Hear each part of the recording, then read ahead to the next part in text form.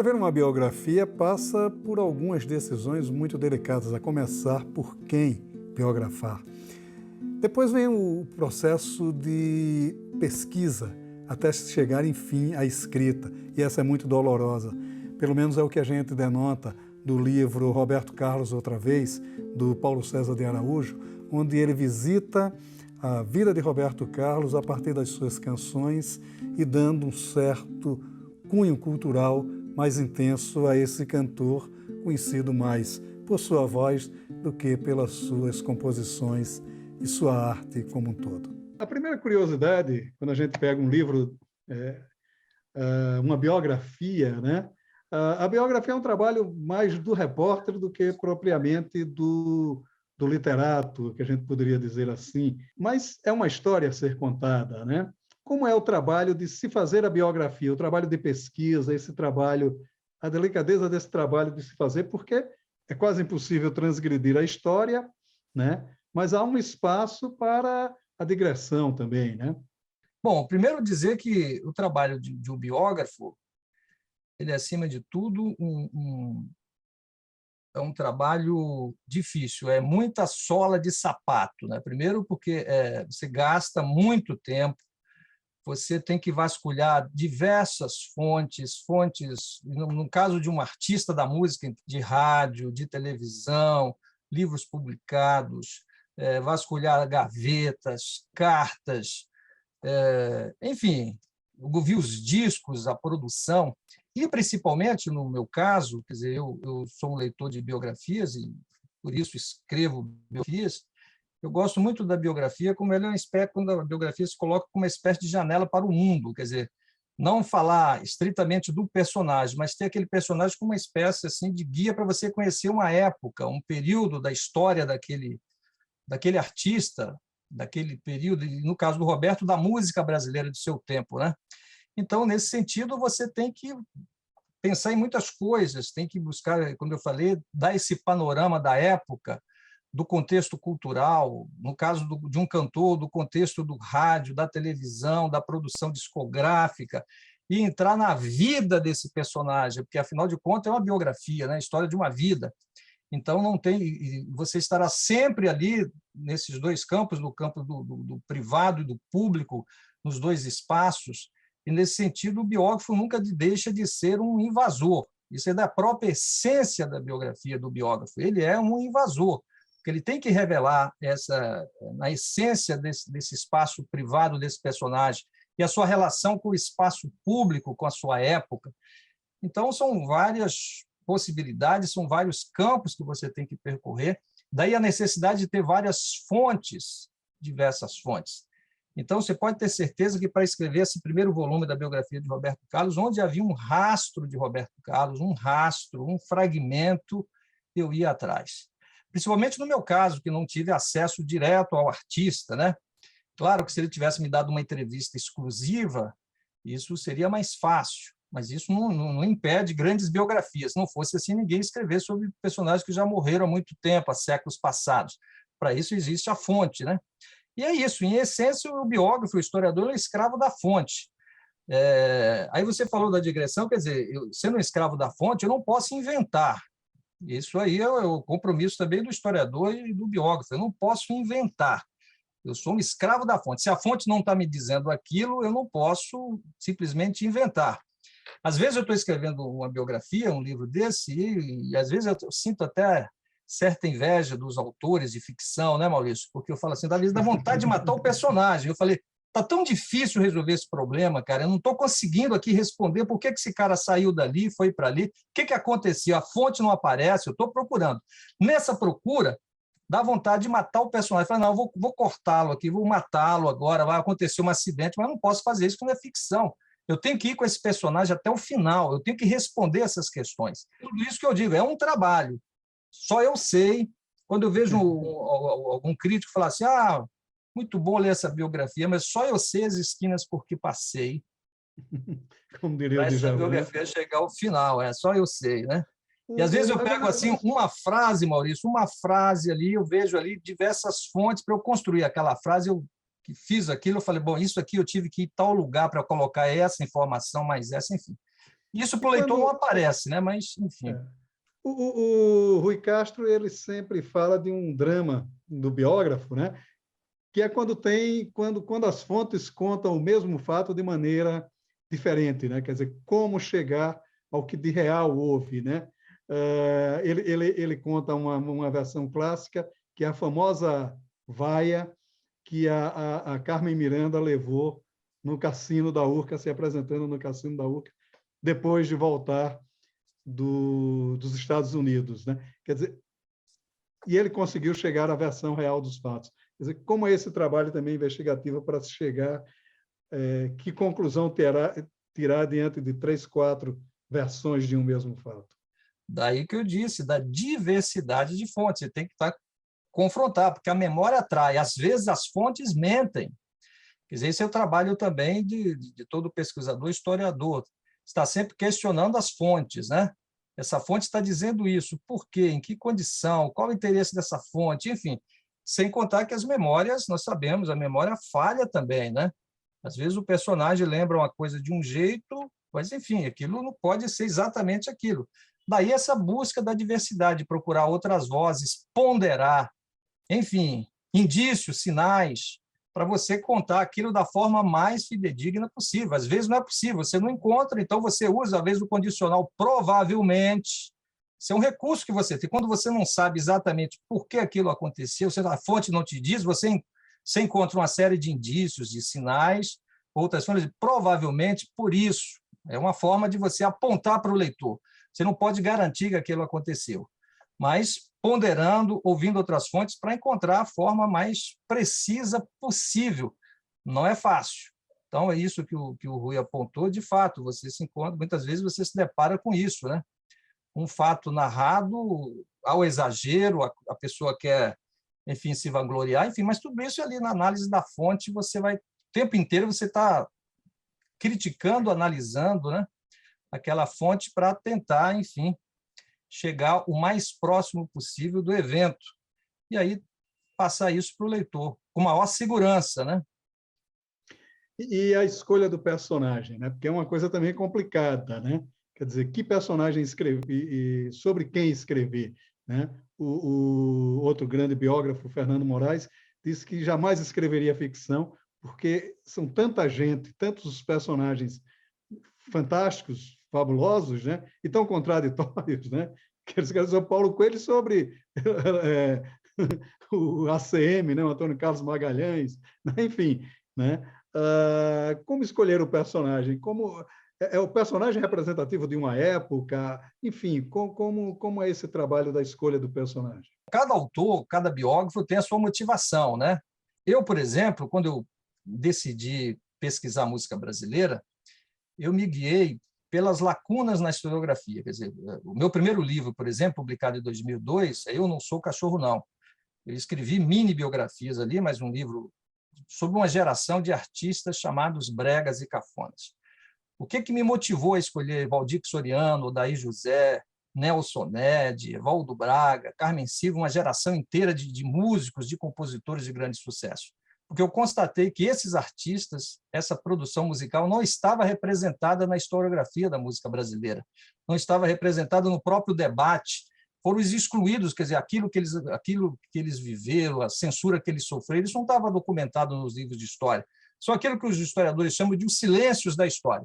Então, nesse caso, foi a minha motivação para escolher esses personagens e publicar meu primeiro livro, Eu Não Sou Cachorro, Não, denunciando a exclusão dessa geração de compositores chamados bregas e, afinal, explicar que produção musical foi essa, quem eles influenciaram, por quem foi influenciado. Então, eu tive essa motivação. No caso de Roberto Carlos, eu tive uma motivação afetiva e também intelectual. Afetiva porque ele foi meu primeiro ídolo de infância. Quer dizer, eu cresci ali no interior da Bahia, Vitória da Conquista, onde se ouvia rádio o dia inteiro, não tínhamos televisão em casa, não tínhamos toca-disco, mas havia o rádio. E na época que o Roberto tocava muito, como você lembra disso, aqueles discos lançados no final do ano. Então, foi a minha primeira referência na música na infância. Então, eu tive essa motivação afetiva. E também, pesquisando a música brasileira, eu constatei, quando eu iniciei a pesquisa, que não tinha nenhum livro, até então, quando eu comecei em 1990, que explicasse que fenômeno musical é esse, Roberto Carlos. Nenhum livro que explicasse de onde ele veio, para quem ele, como ele se formou, a quem influenciou, por quem foi influenciado, a sua intervenção na música brasileira. Eu achava que a crítica não tinha dado ainda a devida importância à sua intervenção no próprio rumo da música brasileira. Então, eu identifiquei esse problema. Então, daí eu escolhi esse personagem também por essa motivação. E, afinal, explicar isso, né, e dar essa real dimensão de Roberto Carlos. Então, eu parti de uma escolha afetiva e intelectual. Claro, se naquele momento existissem vários livros sobre Roberto Carlos, provavelmente eu ia procurar outro tema. Eu falei, isso está resolvido. Mas não estava. Eu comparava, por exemplo, com outros ídolos de outros países, Bob Dylan dos Estados Unidos, Elvis Presley, o próprio Carlos Gardel. Dizem que tinha lá livrarias na Argentina que só vendia livros sobre Carlos Gardel. Eu falei, como é que um fenômeno como Roberto Carlos, o mais popular artista da história da música brasileira, não tinha nenhum livro ainda que explicasse esse fenômeno? Então, essa foi a minha motivação para esses primeiros livros que eu publiquei. E, além disso, aí o outro ponto que você disse, aquilo que eu também comentei antes, é um artista representativo de uma época. Ao estudar Roberto Carlos, ao falar de Carlos, eu vou falar de música brasileira, eu vou falar de política, eu vou falar de religião, eu vou falar de cultura, eu vou falar de época, de ditadura militar, porque ele passa por tudo isso. A sua obra, de certa forma, dialoga com isso, às vezes negando, às vezes afirmando, enfim, mas ele me dá, nesse sentido, uma janela para eu compreender esse período. E nesse livro que eu lancei agora, Roberto Carlos Outra Vez, tudo isso aparece junto com as canções do Roberto. Fazer esse depoimento aqui, eu li, eu não sou cachorro, não, né? Também curioso por conta da ausência desses personagens das histórias da música popular brasileira, que eu leio com frequência. Enfim, agora o seguinte, essa ausência de um debate em torno do Roberto Carlos não se deve também de uma certa autoprevenção que ele tem? Inclusive, foi o grande problema seu com o livro Roberto Carlos em Detalhes. Essa própria autopreservação dele não teria provocado essa ausência de um maior debate em torno da vida dele? Contribuiu, Maurício, sem dúvida. A autopreservação, quer dizer, vamos dizer aqui, esse pouco acesso, né, que ele permite a ele, a pesquisa sobre ele, a entrevistas com ele, esse pouco interesse dele em se abrir, né, para pesquisadores, para mesmo jornalistas de cultura, né? Você não tem uma grande entrevista com Roberto Carlos, por exemplo, como você teve com John Lennon, tem com Paul McCartney, com Bob Dylan, você não tem com Roberto. Então, isso contribuiu, sem dúvida, mas isso só não explica, Maurício. Eu acho que explica também é o desprezo que as elites culturais sempre nutriram por Roberto. Ele sempre foi tratado como algo menor na música brasileira. Ele e os cantores bregas, de forma total, aqueles chamados bregas, né? E aqui eu estou usando a expressão brega não como adjetivo, mas como substantivo, identificando ali um estilo musical, né? Já reconhecido assim, já até como patrimônio aí cultural, enfim. Mas no caso do Roberto, eu identifiquei também isso, esse desprezo de parte da crítica, dos historiadores, dos pesquisadores, daqueles que escreveram assim, vinham escrevendo a música brasileira. Então, isso também me levou a questionar isso. Isso foi um dos motivos também que me levou a pesquisar Roberto Carlos. Eu identificava que ele teve uma intervenção grande na história da música brasileira, que ele mudou o rumo dos acontecimentos, que a sua música estava no inconsciente coletivo nacional, que ele tinha a carreira de mais longo sucesso no tempo, com maior quantidade de hits, e não estamos falando só de números de vendagem, mas estou falando de intervenção, de memória, e isso não estava representado nos livros, no próprio debate. Então, foram esses dois motivos principais. O artista dificulta e havia o desprezo. Natural, deixa ele lá. Por isso que ele ficou muito furioso comigo também, né? Porque ele confundiu, Maurício, quando ele partiu com tudo para cima de mim, ele quis destruir um biógrafo, né? Porque é importante lembrar, Roberto não pediu só a proibição do livro. Lá em 2007, ele pediu a proibição do livro, 500 mil por dia, e a minha prisão por um tempo superior a 2 anos. Ele quis que aquilo servisse de exemplo, de punição, para nenhum outro historiador, pesquisador usar, né, escrever a história dele sem autorização. Mas essa reação dele também se explica porque ele tomou a minha atitude como uma espécie de... Quer dizer, ele tomava aquele silêncio dos outros historiadores e pesquisadores sobre ele como uma espécie de respeito a ele. Então, de certa forma, ele confundiu, né, desprezo com respeito. E a minha atitude, que foi respeitosa com a história dele, ele tomou como abusiva. Enfim, então foi aquele mal-entendido que resultou em toda essa ação que ele moveu contra mim. Mas, sem dúvida, que esse aspecto que você citou também contribuiu para essa pouca produção na historiografia até então, né, sobre Roberto Carlos. Agora você já tem mais livros publicados, isso aí já está mais... Isso tem avançado, aliás, sobre toda a música brasileira de maneira geral. Né? Já está mais pacificado, digamos assim. Né? Em termos, né? Em termos, né? Você explica o fenômeno Roberto Carlos de uma maneira curiosa, porque diz que ele é um fenômeno que se explicaria na sua origem, né? Na sua convivência com a música do rádio, que estava em decadência, com o fenômeno da música digamos assim, que era a bossa nova, que estava em ascensão naquele determinado momento, e a questão do rock, né? Da chegada desses novos ritmos, e que ele conseguiu fazer a síntese de todas essas manifestações artísticas e culturais. Também aí não estaria o fato de um certo desprezo por ele, por uma falta de uma identidade maior, que ele só vem conseguir já nos anos 70, que é o motivo do seu segundo volume, quando se identifica mais ele como o cantor romântico, que acabou o consagrando de maneira definitiva? Em parte, né? Porque ele se projetou com sucesso como um ídolo do rock, né? Um ídolo do rock. E naquele momento, quando ele se projeta como ídolo do rock, ali em 64, 65, essa música, isso que é chamado rock, na época IEE, não era considerada música brasileira. Então, havia aí uma incompatibilidade. Eu posso dizer, e digo isso no livro e reafirmo aqui, ele foi o primeiro grande ídolo nacional da música brasileira a se projetar, a ser um artista top, sem estar identificado aos chamados ritmos nacionais, porque todos os grandes ídolos antes de Roberto, os grandes ídolos maiores, ou faziam samba, o marchinha, o baião, enfim, chorinho, né? Quer dizer, estamos falando aqui de Carmen Miranda, de Orlando Silva, de Luiz Gonzaga, os cantores de sambas canção, enfim, isso é um artista identificado a ritmos nacionais. Ele foi o primeiro. Quem não fazia isso, por exemplo, cantores de bolero, como Anísio Silva, ou cantores de rock, como Celi Campelo, esses que antecederam o Roberto, sempre estiveram à margem do debate. Eles nunca ocuparam o centro do debate da música brasileira, nem o centro do mercado. Então, Roberto Carlos foi o primeiro. Claro, e isso num contexto, num momento que não se entendia que essa música chamada rock, era uma música brasileira. Hoje já é essa compreensão.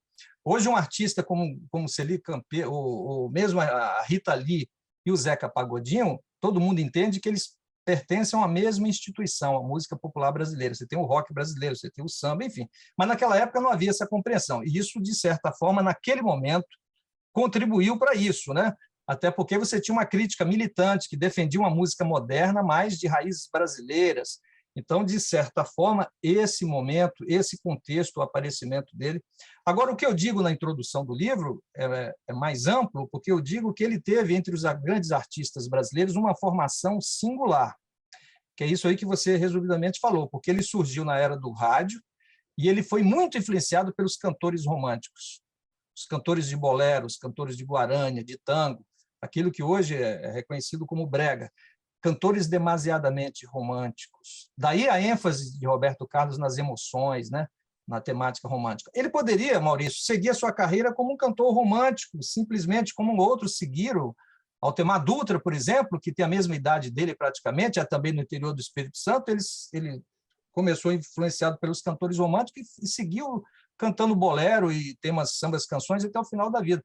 Só que Roberto, ali aos 16 anos, se encantou com o rock de Elvis Presley. E aquilo mudou a trajetória dele. Ele foi atraído para o contexto da contracultura, o cabelo comprido, o blondies, símbolos que ele usa até hoje. Poderia ter parado por aí. Outros ídolos da Jovem Guarda, Jair Adriane, Vanderlei Cardoso, também foram influenciados pelo romântico e pelo rock.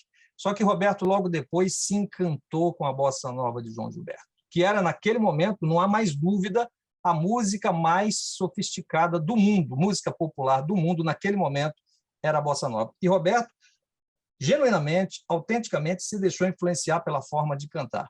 Então, quando ele vai começar a sua carreira, ele vai construir a sua obra, ele traz essa tripla formação.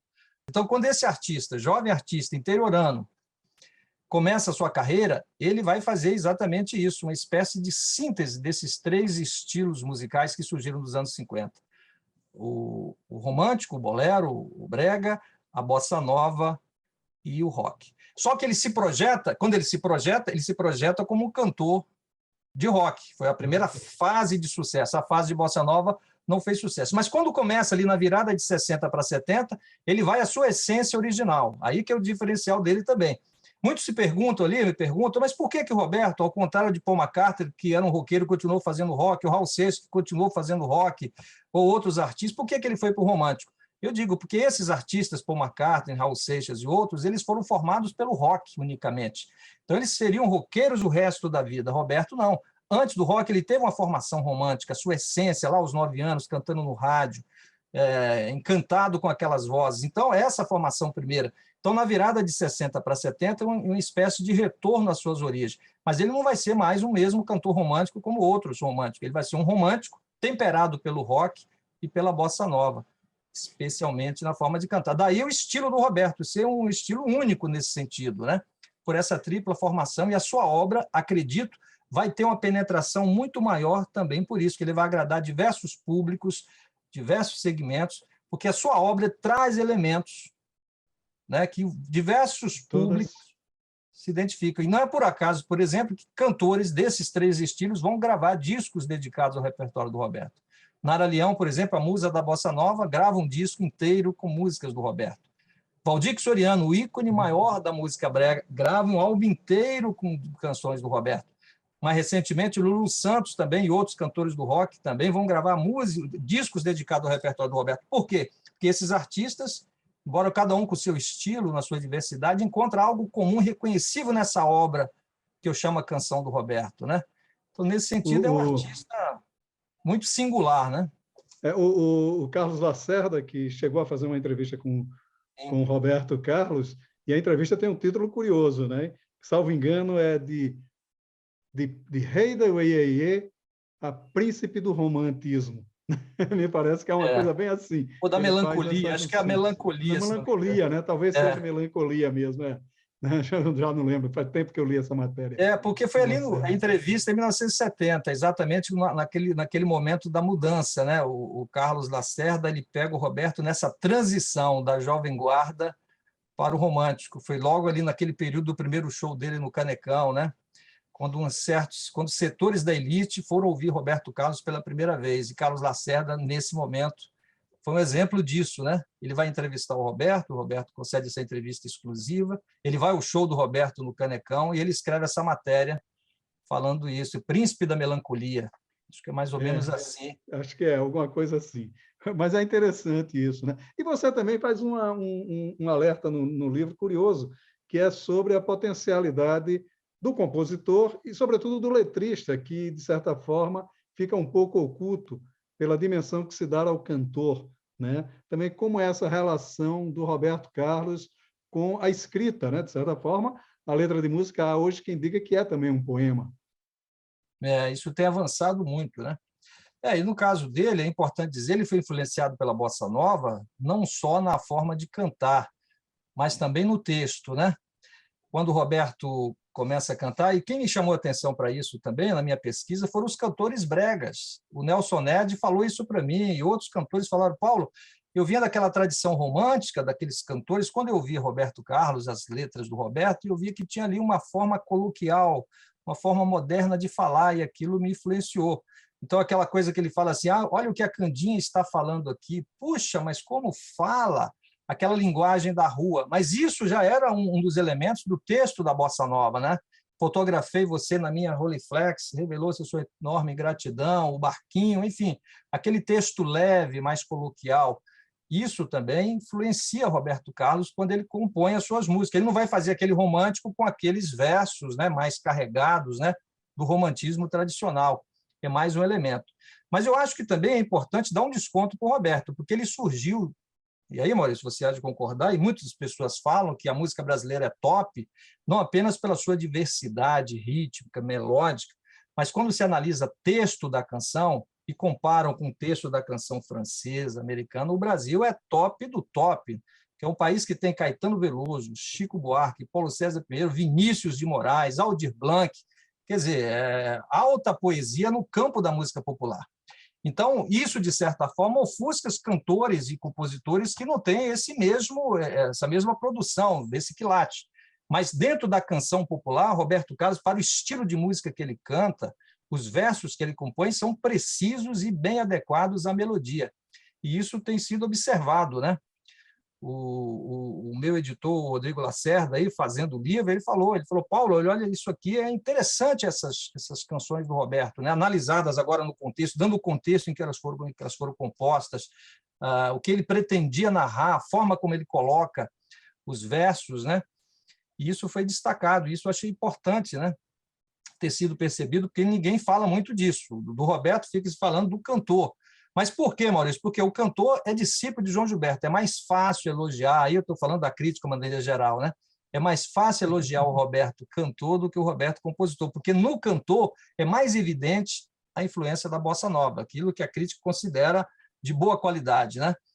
E já nas letras e nas versões já tem ali a mistura da bossa com o brega, com o rock, aí a coisa fica mais complexa para o analista. Mas o Roberto é isso. E ele é popular exatamente por fazer essa mistura, essa síntese. Você está trabalhando o segundo volume da biografia, que vai de 1971 até... O tempo presente. É, de certo sentido, uma obra em progresso, em construção, né? Porque o primeiro volume, eu analisei ali todos os discos que ele gravou e a maioria das canções que ele produziu, desde a primeira música, em 59, até o álbum de 70, seu 10º LP. Eu analiso lá. Então, a partir do volume 2, eu vou começar com o disco de 71, que é o disco de detalhes, Todos Estão Surdos, né? O disco clássico dele, e eu vou analisar também 50 canções como tema de capítulo. Nesse primeiro foram 50 canções e no volume 2 também. E vai até o momento presente. Se amanhã ele lançar uma música, essa música repercutir, provavelmente essa música estará fechando o volume 2. Se não, vai ser a música anterior, enfim. Mas a ideia é trazer até o momento presente assim, o que houve de relevante, de importante na trajetória desse artista e em seu entorno, na sociedade, no Brasil, e como é que essa obra do Roberto refletiu isso ou foi influenciada por isso. Então, esse mesmo estilo eu vou conservar para o volume 2. Maravilha, mas que chega ao ponto final, não faça feito o Fernando Moraes, que disse que o ACM a todo dia dá um capítulo novo para ele e ele não consegue terminar a biografia. Paulo, muito obrigado. Isso, não, é claro, isso é perfeito mesmo, mas isso acontece o tempo todo, né? Para terminar o volume 1 já foi uma luta, rapaz, é isso mesmo, né? Porque engraçado ele ter falado isso, porque outra coisa também, Maurício, é que não existe personagem vivo ou personagem morto, né? Quer dizer, você fala assim, é mais fácil escrever sobre o morto do que sobre o vivo. Não, para o biógrafo, historiador, não existe personagem vivo nem personagens vivos, né? Porque as fontes estão aí, enfim, a produção, a reflexão. E no caso de um vivo, então, é mais trabalho ainda, né? Mas você vê o mesmo morto, como Antônio Carlos Magalhães, dá trabalho também, né? Maravilha. Paulo, muito obrigado pela sua participação aqui no Leituras. Eu que agradeço, cara. Obrigado a você. Até a próxima. Até a próxima.